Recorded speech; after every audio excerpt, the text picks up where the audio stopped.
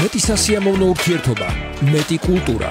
რადიო იმედის ეთერშია რჩეულების სახალხო შოუ 17:17. ქალბატონებო და ბატონებო, თქვენ წინაშეა ახა მიქიაშვილისა და ნიკოლოზ ულკიძის ინტელექტუალური სამშაბათი.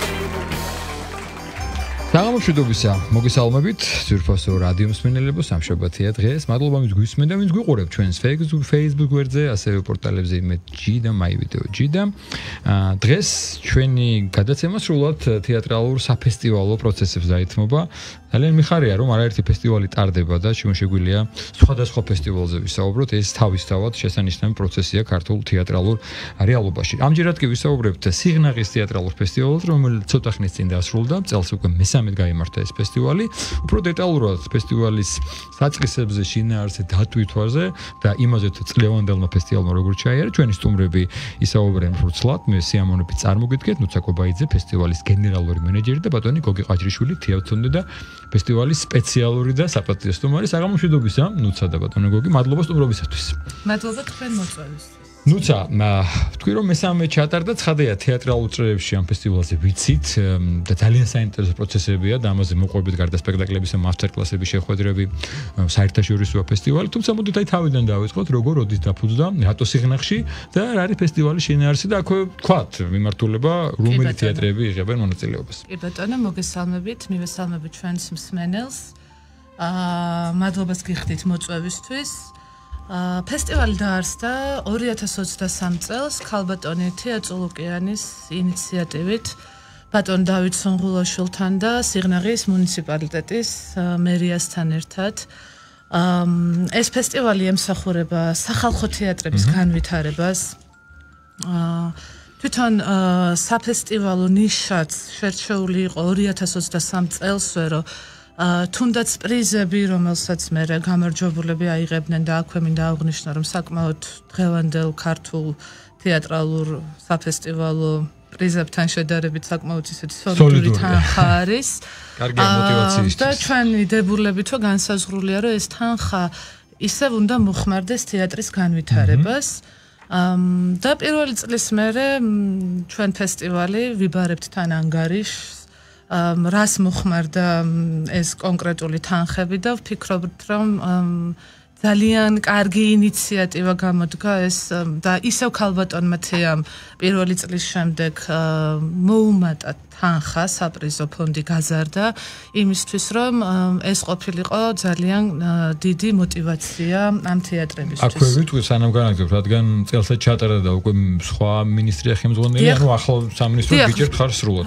რა თქმა უნდა, ძალიან მნიშვნელოვანია ეს ფაქტი, იმიტომ რომ 2023 და 24 წელი ქალბატონი თეასთან ერთად ჩავატარეთ და ქალბატონმა თიკამ უკვე მთლიანად გვერდში დაუდგა და მხარი დაუჭირა და განაგრძო ჩვენი ფესტივალი აბსოლუტურად უცვლელად და ყველანაირი ხელშეწყობით, რომ ისევ გამართულად ჩაგვეტარებინა ეს პროექტი და გუშინ 8 ივნის ჩვენ უკაცრავად გუშინ წინ დავხურეთ საზეიმოთ ეს ფესტივალი. როგორ ჩაერა წლევანდელმა ფესტივალმა, თუ იყო რამე სიახლე განულწრებთან შედარებით და ასევე აქვე თქვენ რაც მე თავიდან ვთქვი, რომ გარდა სპექტაკლებისა ძალიან საინტერესო პროცესებია, რაც ახლავს და ამდიდრებს ფესტივალს. კი ბატონო, პირველი წლის შემდეგ ჩვენი ფესტივალი უკვე საერთაშორისო გახდა, ანუ წელს იყო მეორედ საერთაშორისო. ყვავდა შესაბამისად ჟიურიც საზღვარგარეთიდან, რადგან კომპეტენტურად შეფასდეს ჩვენი სპექტაკლები, რადგან ქართულის გარდა საერთაშორისო დასები იღებენ მონაწილეობას. ძალიან მნიშვნელოვანია ის, რომ მთელი ფესტივალის მანძილზე, ანუ 8 დღე ეს დასები, ვინც იღებენ ჩვენთან მონაწილეობას, ისინი ერთად ცხოვრობენ სიღნაღში და აი და ისინი ეს არ არის, რომ ერთჯერადაც ჩამოდიან და უკან ბრუნდებიან. ამ კვირაების მანძილზე მეგობრდებიან, კონტაქტებს ვსვლიან, საერთაშორისო ურთიერთობები მყარდება, რაც მთავარია, ესენი ხო არაპროფესიონალი მსახიობები არიან და მათთვის ჩვენ სპეციალურად ჩამოყვავს პროფესიონალები, რომლებიც მასტერკლასებს კითხულობენ და მათ შორის ტრადიციულად ქალბატონი მანანა ბერიკაშვილი მეტყველების კურსს ატარებს. ლაშა ჩხარტიშვილი და ქალბატონმა მაკამ სპეციალურად ფესტივალისთვის სახალხო თეატრისა და დრამატული თეატრის ხაზგასმით ისაუბრა, რა განსხვავება არის და რა ნიშა აქვს ამ თეატრებს ზოგადად ჩვენთვის.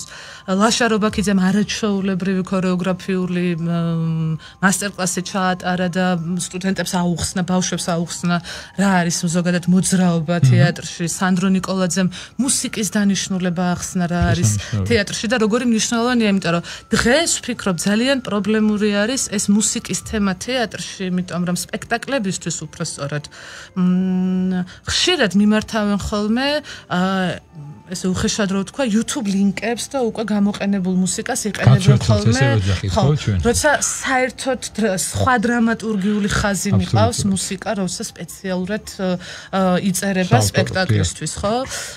ჩვენს ფესტივალზე გარდა იმისა, რომ ძალიან დიდი მადლობა მინდა ბატონ მალხაზ ბეგიაშვილს, სიღნაღის მერს ვუთხრა თავის გუნდთან ერთად, იმიტომ რომ ბატონო კახა ეს არ არის მერი, რომელიც უბრალოდ აქტივობისთვის ატარებს ამ ფესტივალს, ის თავის გუნდთან ერთად პირველი წლიდან ისეთი ჩართული არის ფესტივალში, რომ ყველაფერმა წარმატებით და კარგად ჩაიაროს, რომ არ შეიძლება ამის არ აღნიშნა. აი ტიტპაულს ხედავ ახლა ფოტოზე, რომელსაც მივიცნობ კარგად ესტონელ რეგისტრში. ბატონ ტიტი წელს ყავდა უკვე ჟიურის წევრი და სხვათა შორის ძალიან აღფრთოვანებული დაგვემშვიდობა და ძალიან დიდი იმედი გამოთქვა, რომ შემდეგშიც მიიღებს ჩვენს ფესტივალში მონაწილეობას. საქართველოში მე ვახტი მას სიღნაღი რო ვანახე და განსაკუთრებით ჭაჭა მოეწონა, იმიტომ რომ დაბახუსები ახლა უკვე დატყვა სპექტაკლები და ალბათ სიღნაღი.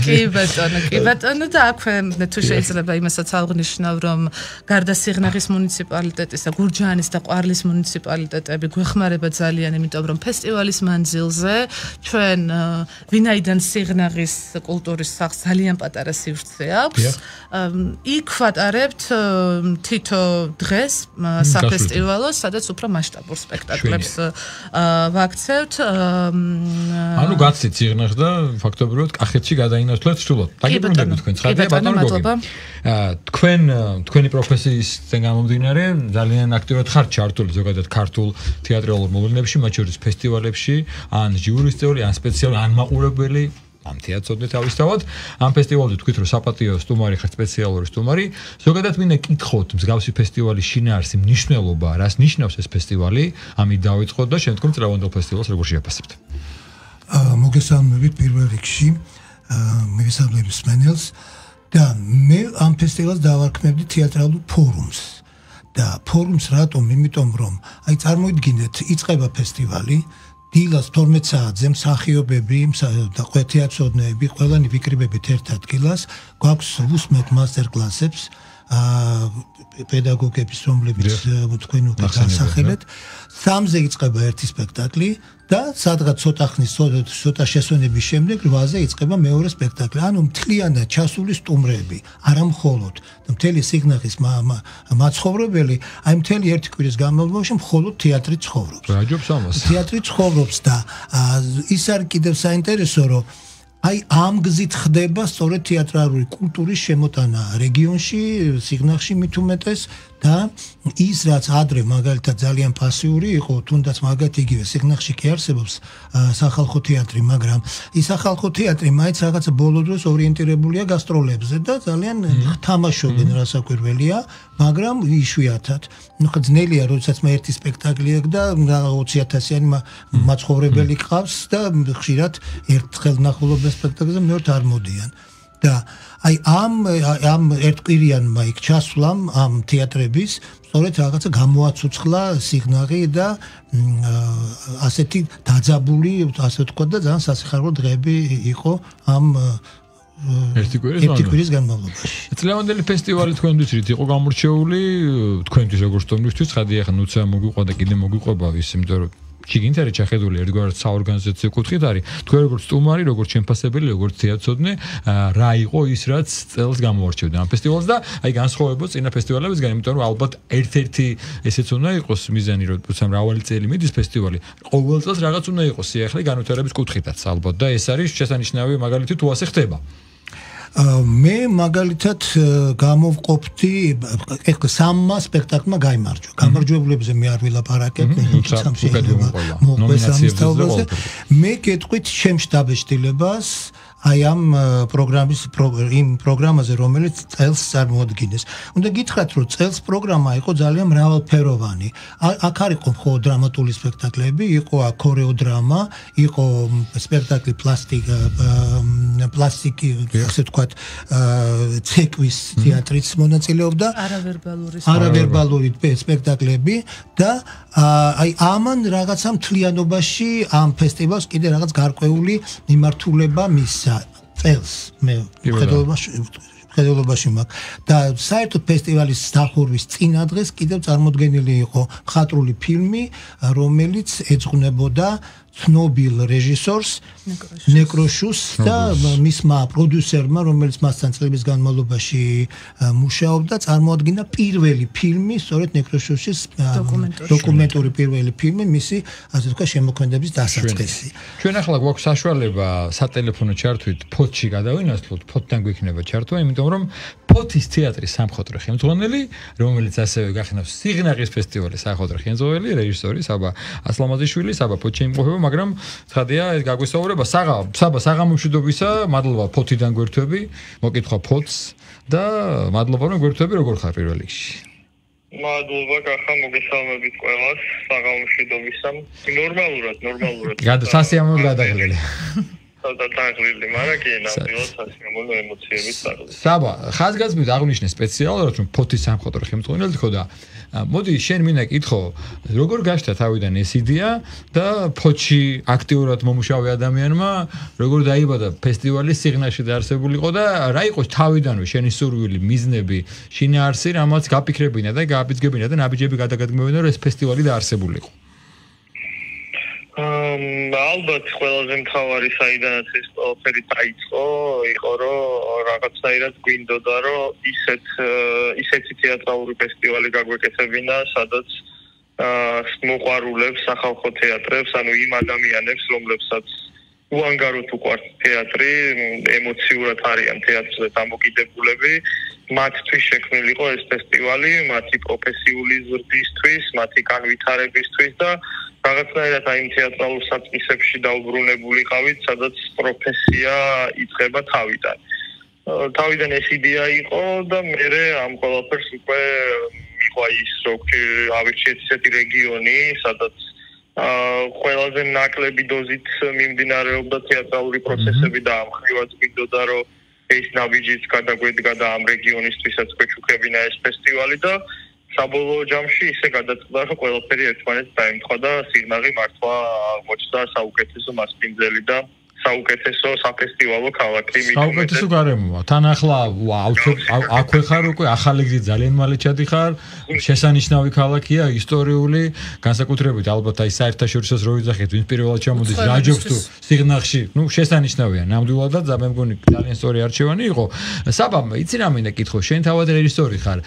მე არ ვიცი, უბრალოდ პირველად კითხულობ და ამიტომ საჯაროდ კითხულობ ამას.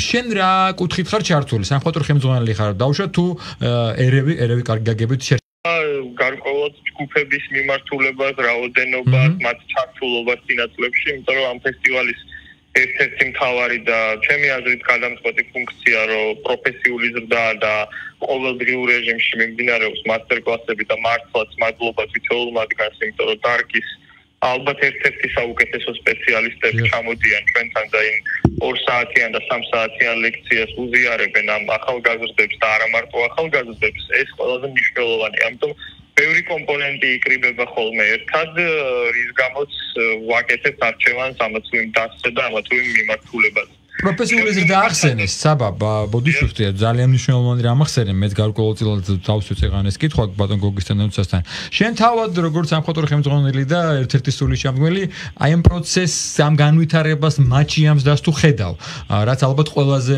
მნიშვნელოვანი და ყველაზე სასიხარულო შედეგი იქნება ამ ფესტივალის. წლიდან წლამდე უკვე მესამე წელია. და ეს არა მარტო ურთიერთობების, ან მე მთლიანად ჩართული ვარ, ასე ვთქვათ, საგადგმო პროცესში, ოღონდ თამაში გულისხმობა სარეპეტიციო გარემოს შექმნა, ტექნიკური მოცემულობა თეატრში და ვუყურებ მათ პროცესს, როგორ გადიან, რა თქმა უნდა, მე არაფერში არ ვერევი და არ მიხარია, რომ არაფერში არ ვერევი, მათ შორისაც ციურის გადაწყვეტილებაში არ ვერევი და არასდროს ჩავრეულ ვარ და არც მომავალში ვაპირებ ამას. უბრალოდ პროცესში ბევრ რამეს ხედავ. აი და ფაქტები არის წელს მაგალითად, იმიტომ აი მაგალითად მოდინახეს თეატრი, რომელიც პირველ წელსაც იყო ფესტივალზე, როცა ერთ-ერთ საპრიზო ადგილში ვერ მოხვდნენ, წელს პირველი ადგილი დაიკავეს. იგივე არტ-დრონის მაგალითი შარშან, როცა ვერ დაიკავეს საპრიზო ადგილი, მაგრამ წელს მესამე ადგილი დაიკავეს და მაქსიმალურად მათგანაც ხედავ ან мотивაციას განვითარების, მიხარია რომ წელს ფაქტებითაც დადასტურდა ეს ყველაფერი და შედეგებშიც აისახა და რაც ყველაზე მთავარია პროცესში, როცა ვატევნებ მათ რეპეტიციას თვალს, ტექნიკურად როგორი მომზადებულები არიან, რამ ხელაში რომ აძებენ ამ კონკრეტულად ამ ფესტივალისთვის, რომ თავიანთ სპექტაკლს წარმოადგინონ, რა თქმა უნდა, ბედნიერი და ამათი ვარ და წელს ალბათ ყველაზე მეტად აი 3 წლის განმავლობაში რაც ვიშრომეთ მე და რა თქმა უნდა ჩემმა მთელმა გუნდმა აი რაღაცნაირად წელს ვიგრძენი რომ ეს ყველაფერი უკან დაბრუნდა და ამ ახალგაზრდების წარმატება, რა ვიცი, ჩვენთვისაც ძალიან დიდი ბედნიერება იყო და უკვე შედეგებში ასახული წინსვლა, რა თქმა უნდა, პროფესიული წინსვლა, რა თქმა უნდა, ამ ფესტივალის მთავარი მიზანია და მიხარია რომ წელს ყველაზე მეტად მიუახლოვდით ამას. თუმცა მთავარი დევიზი მაინც ის არის ხოლმე, რომ არ გაჩერდეს, იმიტომ რომ ეს ფესტივალი ბევრ რამეს იძლევა და მე მჯერა რომ მომავალშიც ძალიან საინტერესო ამბები ევა. ჩვენც ამის ჯერა და ამ იმედიც მინდა დაგემშვიდობო ახლა და მადლობა გადაგიხადო ჩართვისთვის და უსურვო წარმატება ამ ფესტივალს მრავალწლიანი. მოვიდნენ მოგითხა ბატონ გოგის და ნუცას დიდი სიყვარული აქვს. მადლობა საბა ასლამაზიშვილი ფოთიდან გვერდებოდა. აი თუ შეიძლება ბატონო კახა დავამატებ აქ რახან საბას ესაუბრეთ, იმიტომ რომ არ შემიძლია არ აღვნიშნო საბას უზარმაზარი წვლილი ამ ფესტივალში, იმიტომ რომ თქვენ კითხეთ რა ფუნქცია აქვს მას.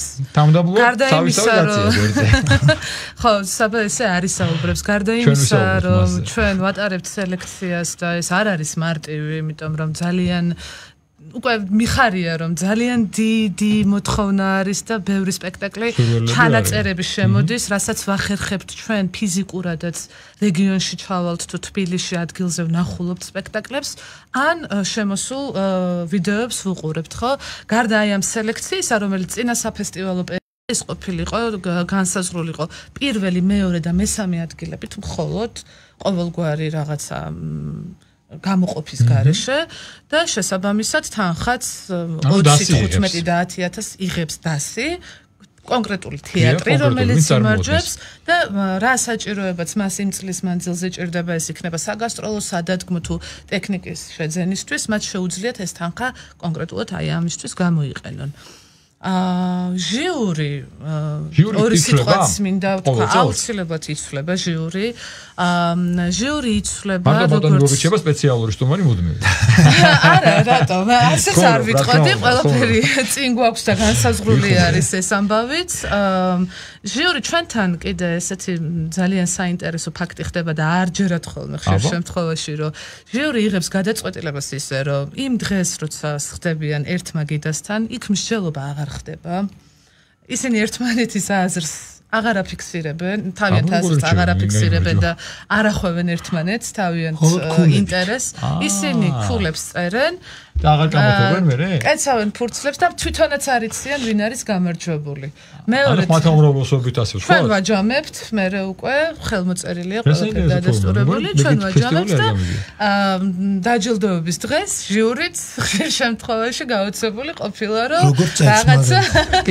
რაღაცა თავიანთი გამოცვლები რო ქონდათ, რომ აი პირველი, მეორე, მესამე, არ გამართლა არა, მაგრამ აი რაღაცა შეიძლება პირველი ადგილის შეიძლება სხვა ყოფილიყო, მეორე აი იმ სამში შეიძლება რაღაცა ადგილების მიხედვით თქვენ შემთხვევაში თუ იყო ეს რომ თემა ყოფილიყო. თავისუფლად იყო რომ სხვა ფსიქოლოგი და სხვა გაიმარჯვა, ამ პირიქით გამართლა და თავიდან მოხდით რომ შეიძლება ეს ყოფილიყო გამარჯვებული. იცით რა შეასაქმე? ასეთი ტიპის შერჩევა სწორედ იძლევა იმის საშუალებას, რომ მართლა ვერასოდეს ვერ განსაზღვრავ წინ რომელია წინ და რომელი უკან. აი თუნდაც იგივე ასეთივე ტიპის ჩვენ კომისია ყავს დრამატურგების შემთხვევაში. იქაც ზუსტად ამ პრინციპით ვართ. ჩვენ წერთ დრამატურგიის კონკურსის 3 წევრი, წერთ ქულებს და მე უკვე ჯამდება და აქედან გამარჯვებული გამოიკეთება ხოლმე.